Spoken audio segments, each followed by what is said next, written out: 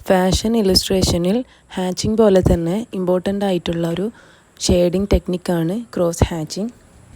ഒരു fashion figure വരച്ച് അതിൽ ഗാർമെൻറ്റ് റെൻഡർ ചെയ്യുന്ന സമയത്ത് ഗാർമെൻറ്റിൻ്റെ ഔട്ട്ലൈൻ വരച്ചതിന് ശേഷം ഹാച്ചിങ് ഉപയോഗിച്ച് ഷെയ്ഡിങ് ചെയ്യുന്നത് പോലെ തന്നെ നമുക്ക് ക്രോസ് ഹാച്ചിങ് ഉപയോഗിച്ചും ഷെയ്ഡിങ് ചെയ്ത് ഗാർമെൻറ്റിനെ ഒരു 3D എഫക്റ്റിലോട്ട് കൊണ്ടുവരാൻ പറ്റും.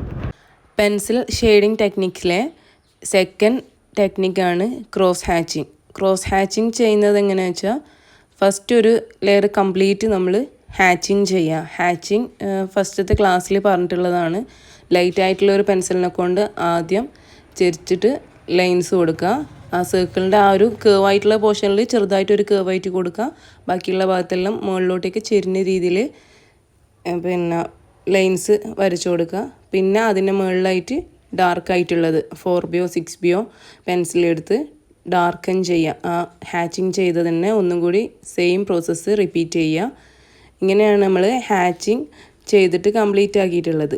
ഈ ഹാച്ചിങ് ചെയ്തതിൻ്റെ മുകളിലായിട്ട് പെർപെൻഡിക്കുലറായിട്ടോ അല്ലെങ്കിൽ കുറച്ചൊരു സ്ലോപ്പ് പോലെ ചെരിച്ച് ക്രോസായിട്ട് വരയ്ക്കുന്നതിനാണ് ക്രോസ് ഹാച്ചിങ് എന്ന് പറയുന്നത്.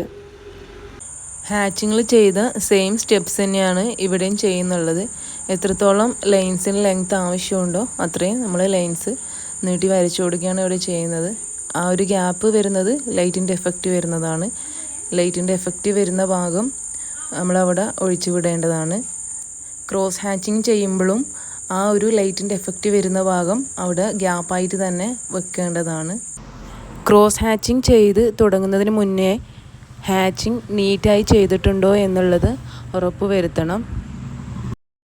ഒരു ഗാർമെൻറ്റ് ഇല്ലസ്ട്രേഷൻ ചെയ്യുന്ന സമയത്ത് ജസ്റ്റ് ഔട്ട്ലൈൻ മാത്രം വരച്ച് ഇല്ലസ്ട്രേഷൻ ചെയ്യാതെ അതിനുള്ളിൽ ഹാച്ചിങ്ങോ ക്രോസ് ഹാച്ചിങ്ങോ ചെയ്ത് ഷെയ്ഡിങ് ചെയ്ത് അതിനെ ഒരു റിയലിസ്റ്റിക് ലുക്കിലേക്ക് കൊണ്ടുവരാൻ ശ്രദ്ധിക്കണം. ക്രോസ് ഹാച്ചിങ് ചെയ്യുന്ന സമയത്ത് ആദ്യം ലൈറ്റർ ഷെയ്ഡ് പെൻസിൽ എടുക്കേണ്ടതില്ല. ഫസ്റ്റ് നമ്മളൊരു 4B പെൻസിലോ 6B പെൻസിലോ യൂസ് ചെയ്യാം. കാരണം ഓൾറെഡി 4Bയും 2B എല്ലാം ചെയ്ത് വെച്ചതിൻ്റെ മുകളിൽ വരയ്ക്കുന്നത് കൊണ്ട് തന്നെ പിന്നെ നമ്മളൊരു ലൈറ്റർ ഷെയ്ഡുള്ള പെൻസിലോട് വരച്ചാലും ആ ലൈൻസ് അവിടെ നമുക്കൊരു വരച്ചിട്ടുള്ള ഒരു എഫക്റ്റ് കിട്ടില്ല. അതുകൊണ്ട് തന്നെ ആദ്യം തന്നെ 4Bയോ 6Bയോ യൂസ് ചെയ്യാവുന്നതാണ്. ഇതിങ്ങനെ കൊടുക്കുന്നത് ആദ്യത്തെ ആ ഒരു മുകളിലത്തെ ഭാഗത്ത് നിന്ന് ചെറുതായിട്ട് ലൈൻസ് ഓപ്പോസിറ്റായിട്ട് വരയ്ക്കുക. പിന്നെ അതിൻ്റെ ലെങ്ത്ത് കൂട്ടിക്കൊണ്ടുവരിക. ആദ്യം വരച്ച ഹാച്ചിങ്ങിനെ ഏകദേശം ഒരു 3/4 ഭാഗത്തോളം എത്തുന്ന വിധത്തിൽ ആ ഒരു സൈഡിൽ നിന്ന് വരച്ചു കൊണ്ടുവരിക. പിന്നെ ബാക്കിയുള്ള കുറച്ച് ഭാഗം ഇപ്പുറത്തെ സൈഡിൽ നിന്ന് വരയ്ക്കുന്ന സമയത്ത് വരച്ചിട്ട് ആ ഒരു പോയിന്റിൽ നിന്ന് തുടങ്ങി ആ ഒരു പോയിന്റിൽ നിർത്തരുത്, വലിച്ച് വിടുകയാണ് വേണ്ടത്. അതൊരു കണ്ടിന്യൂഷൻ ഫീൽ ചെയ്യണം. നമുക്ക് അവിടെ നിന്ന് മുകളിൽ നിന്ന് തുടങ്ങിയതും താഴ്ന്നു തുടങ്ങിയതും വേറെ ആയിട്ട് നിൽക്കാത്ത വിധത്തിൽ വരച്ചു കൊടുക്കുക. ആദ്യം വരച്ച ഹാച്ചിങ്ങിൽ ഏകദേശം കംപ്ലീറ്റ് ക്രോസ് ഹാച്ചിങ് ചെയ്ത് വെക്കുക.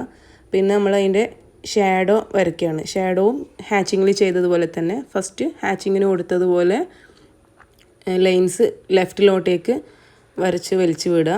കുറച്ച് ബാക്കിലോട്ട് എത്തുന്ന സമയത്ത് ലെങ്ത്ത് കുറക്കുക, ഷാഡോൻ്റെയും ലെങ്ത്ത് കുറക്കുക.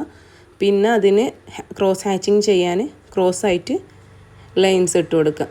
അതുപോലെ തന്നെ ആദ്യം കുറച്ച് ഡാർക്കാവുക, പിന്നെ കുറച്ച് ലൈറ്റും ആവുക, കുറച്ച് ഗ്യാപ്പ് ഇട്ട് കൊടുക്കുക. ഷാഡോവും കുറച്ച് ലെങ്ത്ത് കൂടുന്നതിനനുസരിച്ച് അതിലൊരു ഗ്യാപ്പ് വരും. അതായത് ലൈറ്റ് ആവുക എന്ന് വെച്ചാൽ നമ്മൾ അതിൻ്റെ ക്രോസായിട്ട് കൊടുക്കുന്നത് കുറച്ച് ഗ്യാപ്പ് ഇട്ടിട്ട് കൊടുക്കുക. ആദ്യം അടുപ്പിച്ച് ക്രോസായിട്ട് കൊടുക്കുക. ലൈറ്റ് ഷെയ്ഡിലോട്ടേക്ക് വരുമ്പം കുറച്ച് ഗ്യാപ്പ് ഇട്ടിട്ട് കൊടുക്കുക. ഫൈനലായിട്ട് നമ്മൾ ആ സർക്കിളിൻ്റെ ഔട്ട്ലൈൻ ഒന്നുകൂടി ഒന്ന് കറക്റ്റ് ഷേപ്പാക്കി നീറ്റാക്കി വരച്ചു കൊടുക്കുകയാണ് ചെയ്യുന്നത്.